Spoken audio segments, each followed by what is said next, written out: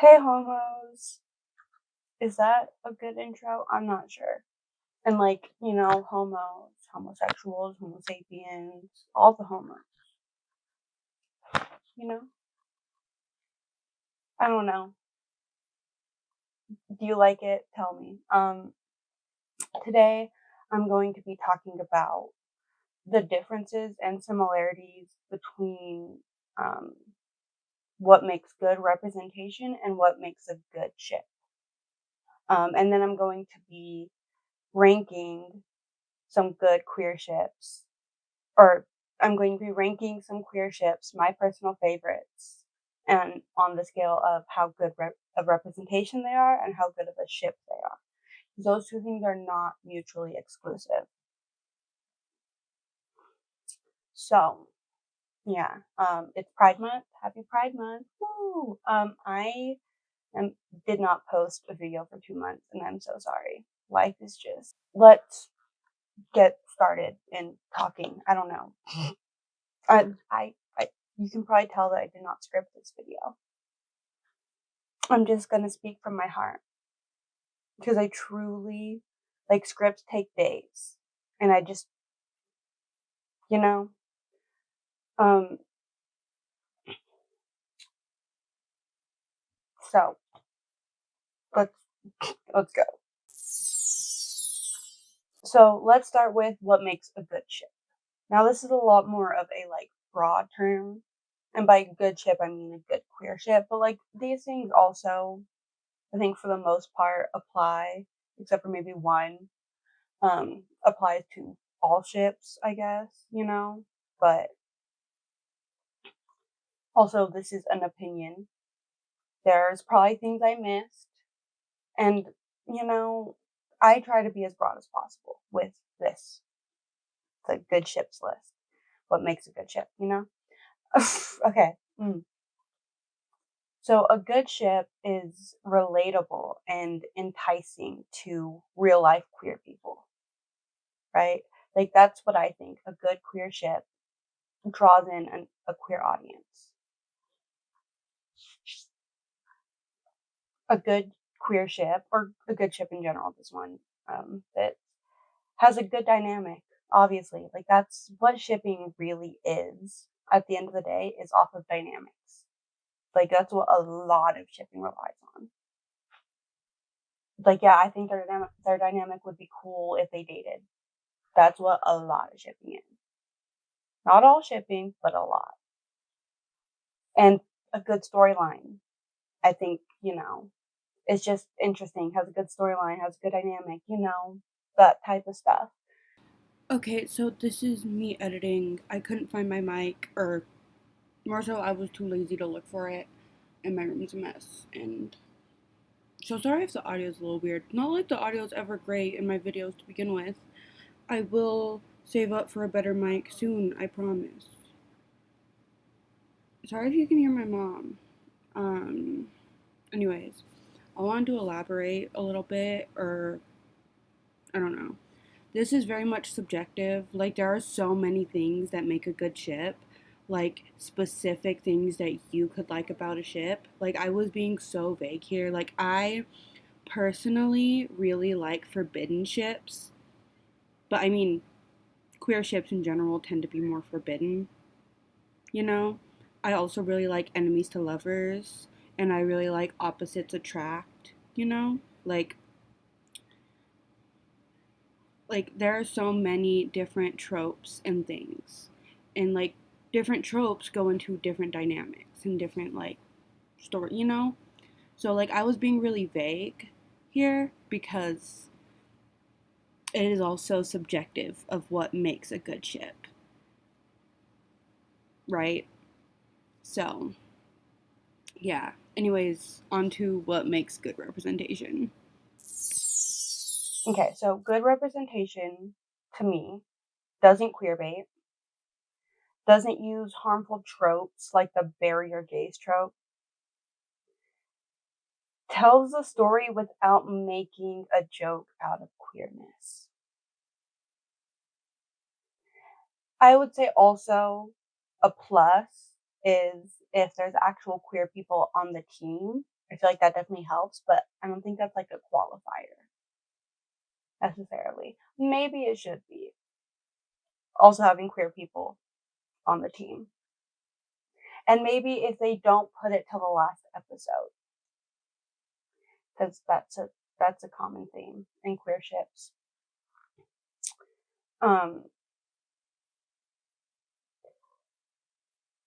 Ships that are good representation are almost always good ships, but good ships aren't always good representation. Good ships are also not always canon, and good representation is usually canon. I'm just gonna say usually, because there could be, I don't know. What am I even saying? Of course, good queer representation needs to be canon.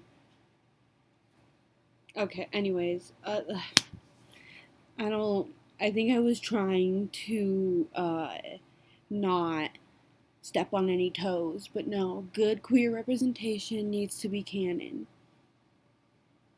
You can have a good queer ship that's not canon. Plenty of good queer ships are not canon.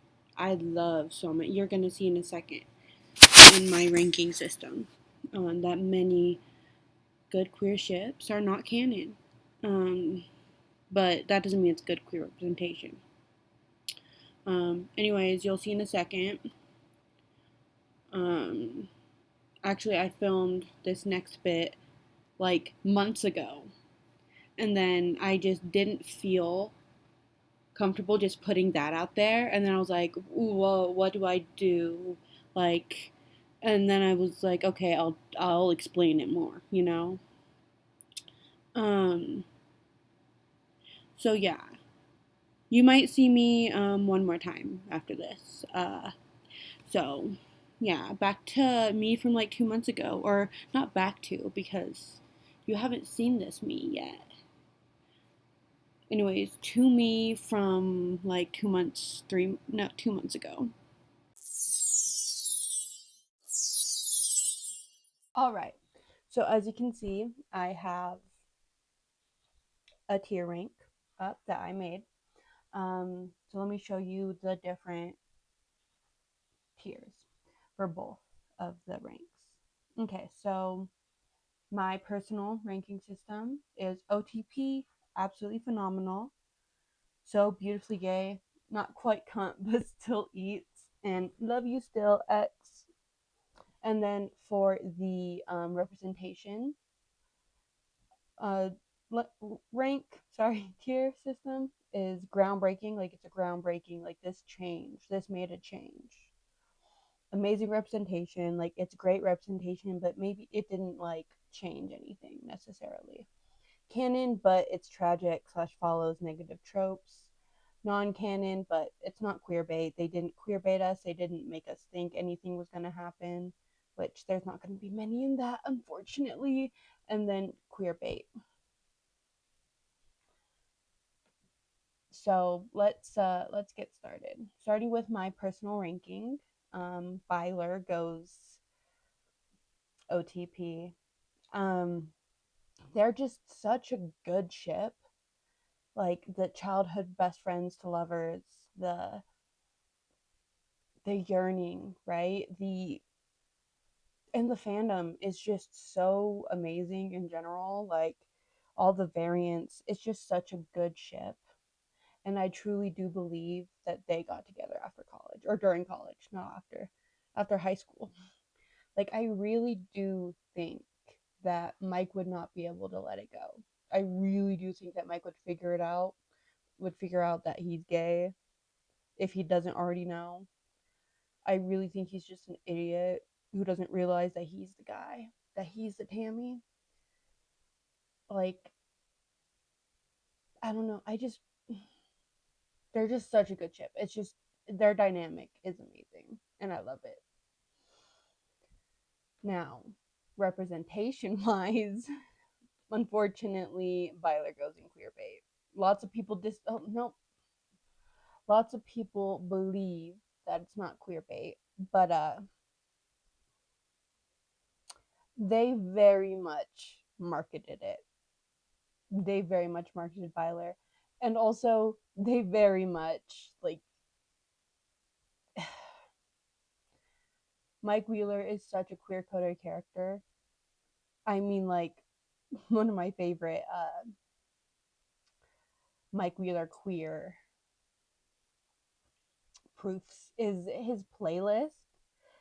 The first song on it is Small Town Boy by Bronski Beat, a song about being a queer boy that has to run away from your small town, right? A song that would fit Will better, arguably, right? By the canon. And also it's just full of gay pride like versions of songs. Songs that appear on other playlists of other characters. The normal versions on other characters' playlists, like Steve. But the gay versions on Mike's. Oh, Divorce Gate. Ugh. What we could have had. Now, LMAX. I'm going to put them in absolutely phenomenal. I do love LMAX, but I do think that it could really go either way. Like, I don't think they need to be together.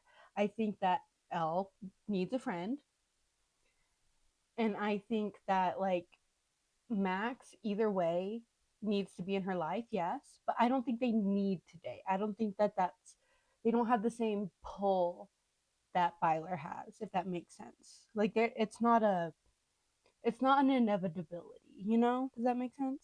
So, absolutely phenomenal. Love them, 10 out of 10. But it's not like they are so meant to be, you know? So, now on the ranking, I'd say non canon, but not queer bait. They didn't make us think this was going to happen, right? Oof. Okay. Roe Vicky. I'd put them in absolutely phenomenal. If we had gotten more of them, they probably would be in OTP territory.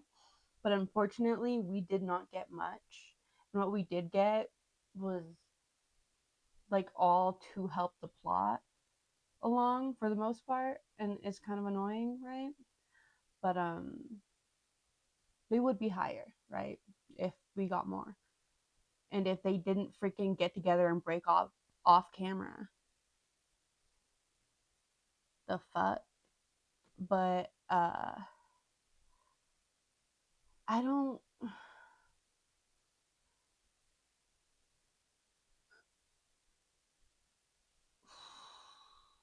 I'd say follow if they do follow negative tropes, which I don't know if it's a negative trope, but they definitely do get fucked over. So I'm gonna put them in the middle category. They're canon, but they don't end up together in the end, and their beginning and end are not seen. We don't see anything. They're fucked over. So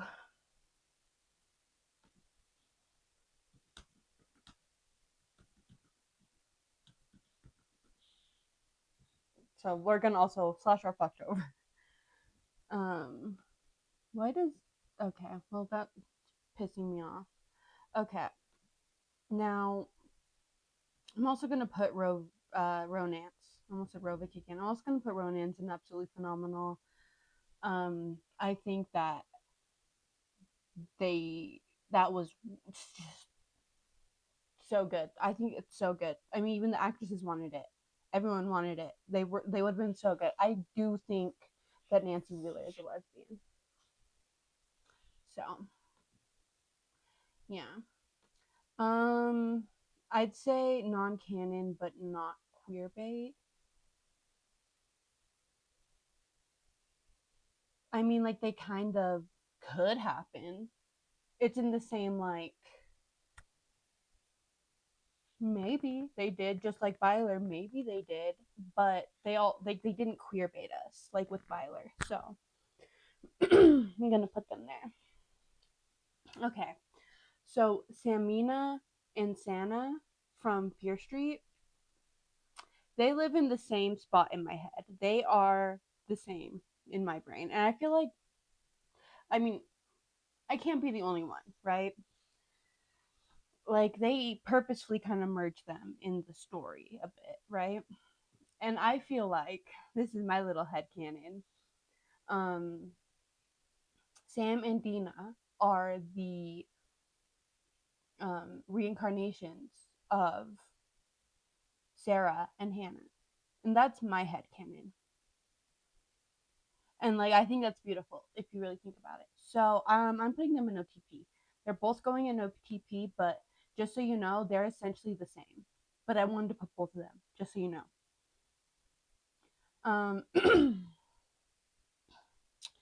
And I'm putting, you see, I'd say groundbreaking, because we don't have like horror that has queer people as the main, you know, characters, and they don't get killed. Like this is it. I think groundbreaking. It's definitely groundbreaking in a way. So yeah, Gwen Claire, OTP for sure. These I think are my four of my top ships. There's definitely more down here, but like these are. I mean, there's that like yeah, but these four are pretty solid. Well, I guess three, because these, you know what I mean. Anyways, they, I love Gwen Claire. I was there during the when Claire was being like, when we were like, is she gonna kiss that colorful girl? Is Wednesday gonna be kissing on that colorful girl? You know, we didn't even know Enid's name yet, and we were like, and then we were right that they were gay as fuck, but like also we were kind of wrong, but like we were right. We were right. And I love them. I love Grumpy Sunshine. I love whenever a character hates everybody, but she's like, this one's nice. I like her. And it's the most like, ah, like, it's like the most colorful, like, high strung person ever. And then this just, yeah, like this one. Like, it's like you wouldn't think that, but like, they love each other. And I love it. I love them so much. So, now for the representation side, I'd say queer bait. And I'm going to talk about that one day. I'm going to talk about that now. Just because they said in advance that they aren't going to happen doesn't completely negate them from queer bait. In fact, I feel like this is a new form of queer bait that we are going to start seeing, because we are talking about it, right? Whenever you talk about queer bait, people are going to start trying to get around it, right? So what they're doing is they are telling us, hey, it's not going to happen, so that they can get off scot free. But really, what they are doing is they are still trying to keep the queer audience by making Wednesday and Enid's relationship so heavily sapphic and so heavily queer. I mean, they're literally using so many tropes from fan fictions. Like, and these are like the types of tropes that I don't even read those types of fan fictions, like the body swap and like Omegaverse. I don't fuck with Omegaverse. Sorry if you do. I don't personally. I don't. But like they're literally taking tropes from fan fictions and putting it into their show. And then we're just supposed to be like, oh, so it's not going to happen, but you took these tropes from when Claire fanfics. Okay, bye. Like, it's annoying. And I think, like, we need to talk about that. I said something like this on TikTok before. And if you follow me on there, you know. Anyways, um, so yeah, it's still queerbait. It's still queerbait, and I will stand by that. And I don't care what you say. Taiwan. I'd say they're not. Mm, it's I think OTP, but it's like I don't want OTP to be so big. Well, see, these two are the same, so it's not actually that big. See, and actually, I'm going to put Winclair right here because they deserve to be next to Byler because Winclair, Byler, they're just, you know, so this yes. I made an edit about it, but I don't want to tell you my editing account. Leave me alone. Anyways, I'd say Taiwan is maybe not groundbreaking, but they're definitely amazing rep. But they do follow negative tropes. Ugh. But everyone dies in that show. Everyone dies in that show. Everyone's going to die in that show, more than likely, except for one person. Ooh. They did it in a beautiful way. They did it in a beautiful way. I think I'm going to leave it amazing. Not necessarily groundbreaking, but amazing, right? Because she does die, right? She does die. But I think it's beautiful the way they do it, and I think their relationship is beautiful and gorgeous and amazing, right? Right. And it's my ranking system, so leave me alone. Also, don't get mad if I put a ship you don't like over a ship that you do like. Like if you rank them yourself, okay? This is my ranking system. Okay, I'm gonna put the rest of the Yellow Jackets just all in a row and so beautifully gay. They are all so beautifully gay. There's definitely gayness in it, right? But at the end of the day, these are faninships, and I don't quite fuck with these ones.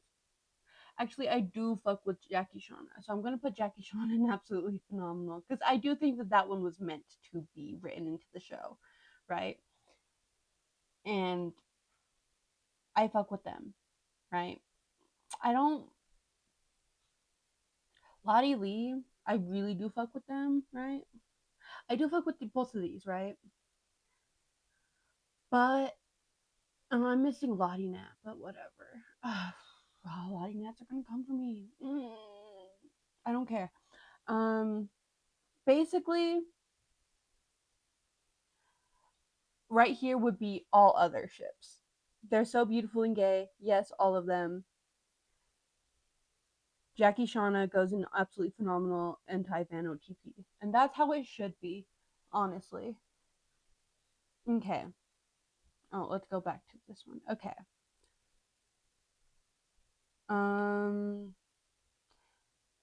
I don't know where I'm okay. In my mind, they are canon, but they follow negative tropes. Like they did kiss. There was something there.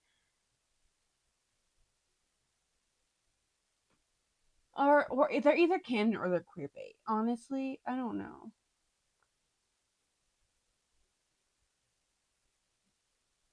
I don't know. I'm just gonna put them in queer bait. And I'm gonna put the rest. Okay. Um Swan Queen. Oof, where do I put you? I don't know. Okay, my mic's still on. Making sure because it has not it's died before and that's been so bad. I don't care if OTP is super filled up.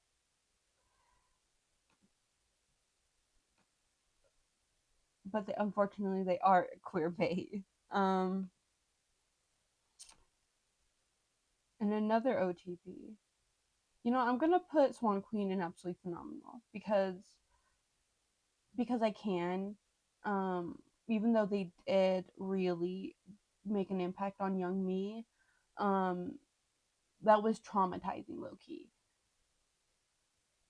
Maybe not traumatizing, but being online and being a Swan Queen and seeing the way people talked about queer people and were talking about me and talking about Swan Queen was kind of traumatizing because I was like, what, 12? So yeah, absolutely phenomenal. Okay. Villeneuve, canon, but tragic. All those negative tropes. And we're fucked over. All of them. Okay. Now, Clexa.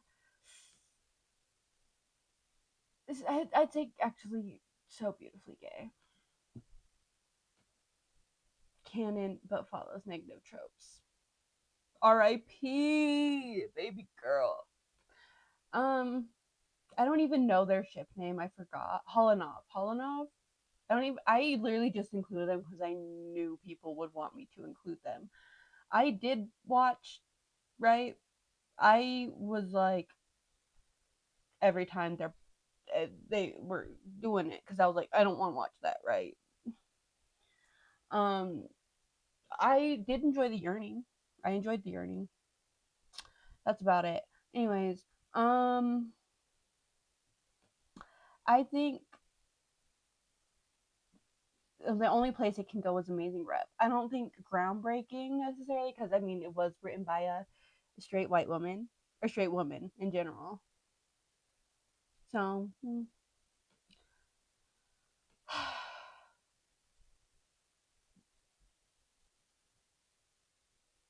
Agathario is actually one of actually I'm putting Agathario right here. It's no, it's over actually. Mm, yeah, sorry, over Byler. Agathario is my OTP. Actually, the best ship ever. Oh my god, I love them so much. Unfortunately, they are canon, but tragic slash follow negative. Okay, no, but they are tragic, yes. But I do think that it is. They're not exactly amazing reps, though. I think I do have to put them in. They were fucked over because I think they were fucked over because a lot of their backstory was more than likely cut. That's what I think happened. I think a lot of their backstory was cut. Anyways, um, wow, we're actually getting close to the end, guys. Um, ready. I love you still, but like, mm, I cry when I watch it too, and R.I.P. But like,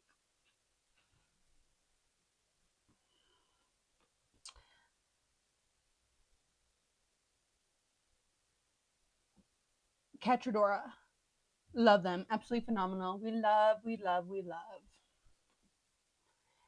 Oh, I accidentally. Okay, I'm gonna put Ready and Queerbait because yeah, it seems right. Okay, Catradora, groundbreaking. We love, we love, we love. Jory.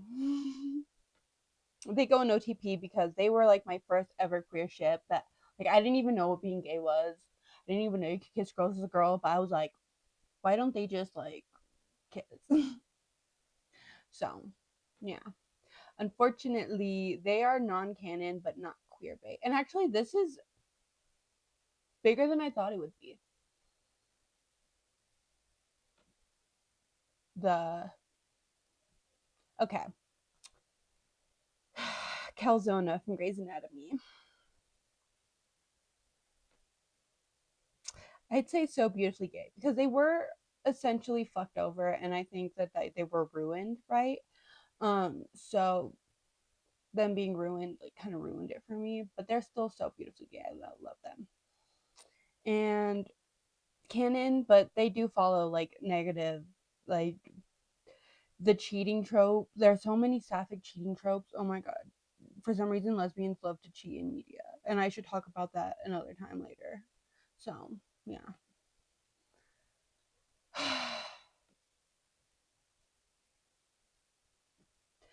They are soulmates in my mind. Mon Melia are soulmates in my mind, and I don't care. I am still stuck on them. I am still stuck on them. I will never get over it. Fuck you, Meg Marini's. You know what you did, right? But they unfortunately go to Queerbait because what the fuck was that? You introduce her, right? Whenever Amelia just says that she has given up on finding a human soulmate, right? Because she's like, I got a cat, or Meredith was like, did you get a cat? And she's like, I gave up on finding a human soulmate. And then Monica comes in. And then they have their whole thing where like Amelia asks her out, but she's like, I'm not ready to, or whatever. and then like she fucking dies. Are you fucking kidding me? Oh my god, I hate you, Meg Morini. Anyways, um, Damie, is that how you pronounce it? From Bly Manor. Absolutely phenomenal. 10 out of 10. So fucking cute. I love them. Oh my god. Unfortunately, they do follow negative tropes. Yep. They get fucked over. Yep. I mean, like, it was written from the beginning. Like, that was how the plot was gonna be. They were written to follow negative tropes of Bury Your Gays. R.I.P. Yeah. Britannia. Now, I haven't even finished watching Glee, but I already love them. Right. And they're gonna go in groundbreaking. I really do think that they were groundbreaking. Right. Franchella. Now the season hasn't even come out yet, but they're gonna be an OTP. There's so many in OTP, guys, and I'm sorry about that. I'm truly sorry about that. In fact, I'm gonna put them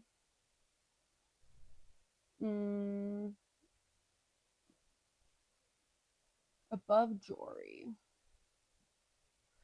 Actually, I'm gonna put Jory in absolutely phenomenal.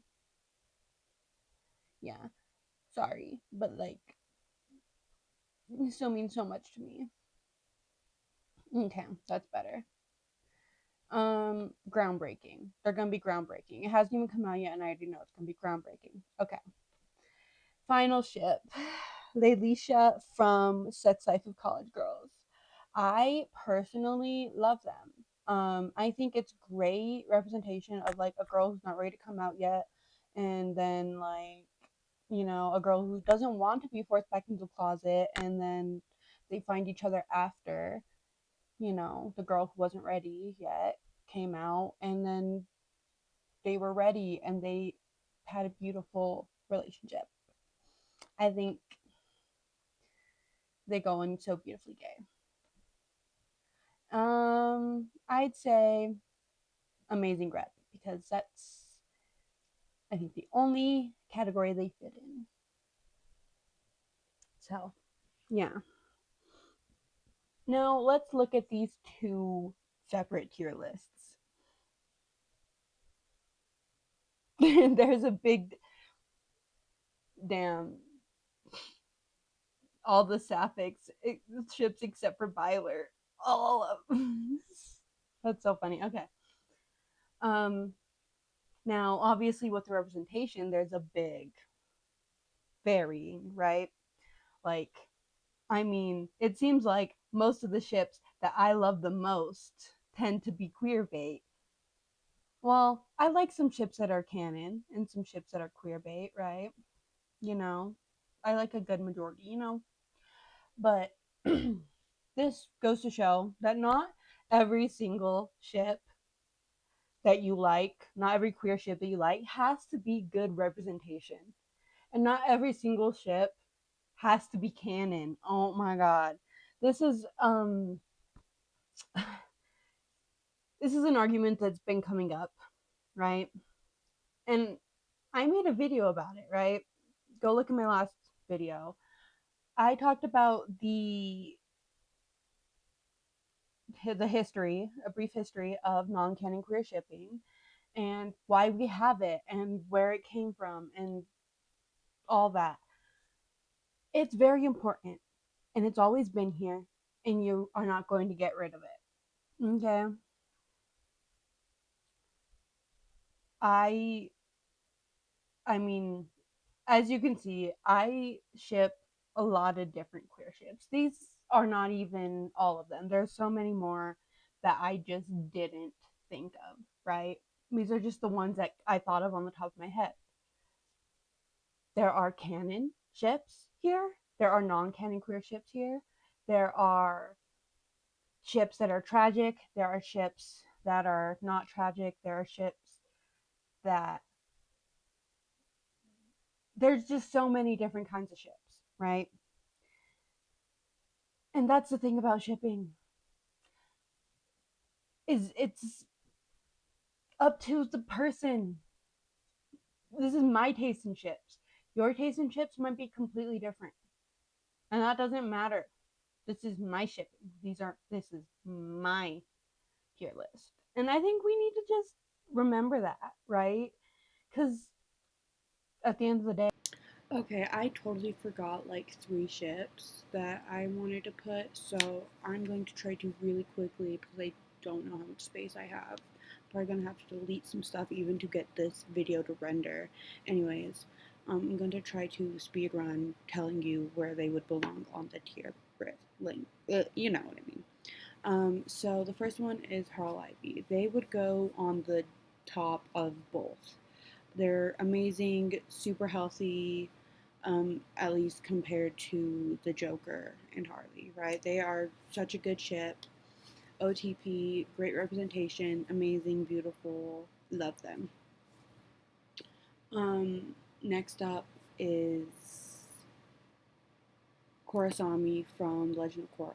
I really wish we got more of them as an actual couple. We really don't get like anything except for like there's comics, but I haven't actually read them. I should, I know. Um, maybe I'll do like a whole thing about reading it, right? Okay. But they'll go like I think in the second row for the how much I like them, how good of a ship they are in my opinion, and then the middle row for how good representation they are because they were never confirmed on camera or on in the actual media, and they were confirmed off by the creator.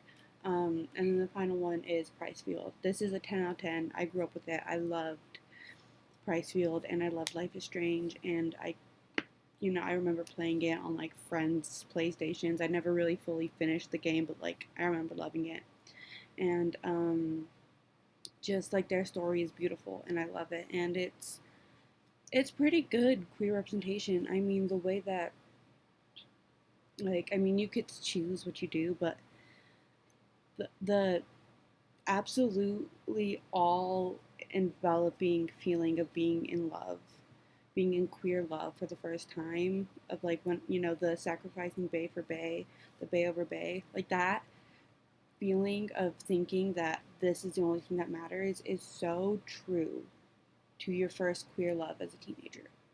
And so like that, like yeah. So it's great representation and great, amazing. So that goes like at the top. Okay, back to me or the outro probably, unless I decide to make another outro, and then you'll just see me again like this. but yeah, this video was kind of just a throwaway, like a quick, um, fun, like something. But like, I mean, I still think it's important to talk about like queer ships come in so many different shapes and sizes, and they all have their own impact, right? Like these all these ships have had their own impact on my life and on other people's lives, and it doesn't matter that not all of them are canon or that some of them are tragic, because I still love these ships, right? I love all of these ships, and they all have different impacts on me. But some of the ships that had less of an impact on me might have more of an impact on you, and that's fine. So just have fun, ship away, do whatever you want, as long as you're not being like super weird about it. But I mean, like if you don't like what someone's doing, right? If you don't like how someone is shipping, scroll away, right? Right. Don't like, don't read. Anyways, I will see you guys next month because I'm going to try to post monthly. If there's anything you guys want to see, truly just comment it down below and I will look into doing it. Any moments in queer history, any queer media, queer movies. I was thinking next month, if I don't have everything finished for the video I want to do, I might watch The Debs, which is a really good queer movie that a lot of people don't know about. So, yeah, I'll probably do that. Anyways, I will see you guys next month, and please just stay queer, stay nice. Be nice to each other. Be the light in the world, because the world is a very dark place right now. And queer community is really important. So make sure that you help your fellow queer people instead of pushing them down. Thank you so much for watching. Bye, guys.